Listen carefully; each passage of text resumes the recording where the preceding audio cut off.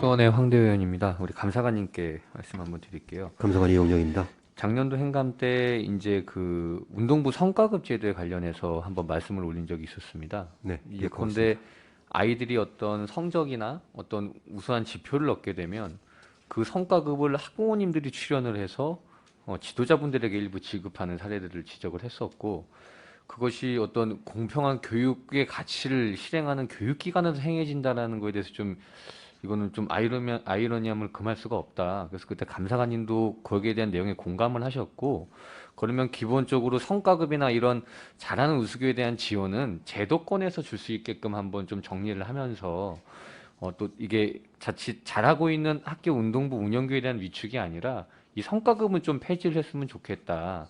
그래서 기본 방향에 공감을 하셨는데, 올해 보니까 또 지금 이렇게 권고를 했음에도 불구하고 또 여전히 학부모님들한테 출연을 해서 이렇게 좀 성과급을 걷고 있어요. 근데 내용들을 보면 지금 서울시랑 인천시는 이 성과급 채용에 대해서 이제 승리수당 지급 금지 매뉴얼을 마련을 했습니다. 네, 그래서 이게 승리수당 등은 김영란법 위반 소지가 충분히 있다는 법적 해석이 있어요.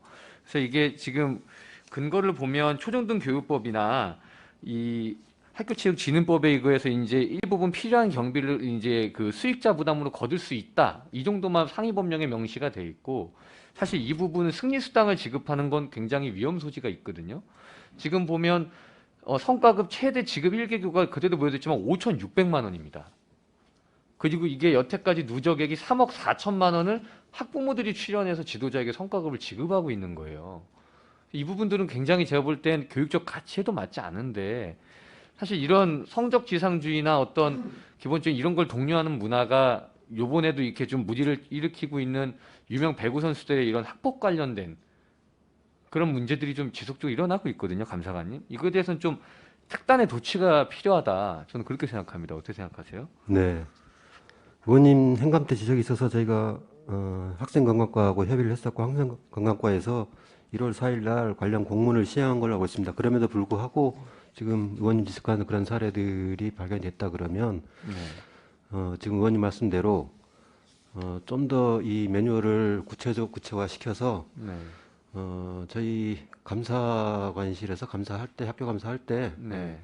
감사 그 매뉴얼에 구체적으로 포함이 되도록 저희가 조치를 하겠습니다. 네, 승리수당 지급금지 매뉴얼 정도까지를 좀 만드시는 노력이 필요하다. 왜냐하면 서울, 인천은 이미 시행을 하고 있으니까 아무래도 참고를 하시면 좋을 것 같고, 이거에 철저한 감사와 더불어 제가 볼 땐 잘하고 있는 데는 또 어떻게 지원을 해줄 건지, 이게 성과급이나 어떤 다른 부분으로 동료나 어떤 동기부여를 줄 수 있을 건지도 좀 병행돼서 노력이 됐으면 좋겠어요. 여전히 행감 지적사항인데 실행도 해주셨는데 아마 현장에서는 와닿지 않는 모양입니다, 아직까지. 네, 학생관과에서 네. 시행한 공문과 그 이후의 그 경과에 대해서 제가 다시 한번 살펴보고 네. 감사관실 차원에서 어떤 준비를 해야 될지 대책을 네. 마련한 다음에 의원님께 보고 드리겠습니다. 이게 굉장히 일부 사례거든요. 사실 이제 모든 운동부가 다 그렇게 운영하고 있지 않습니다.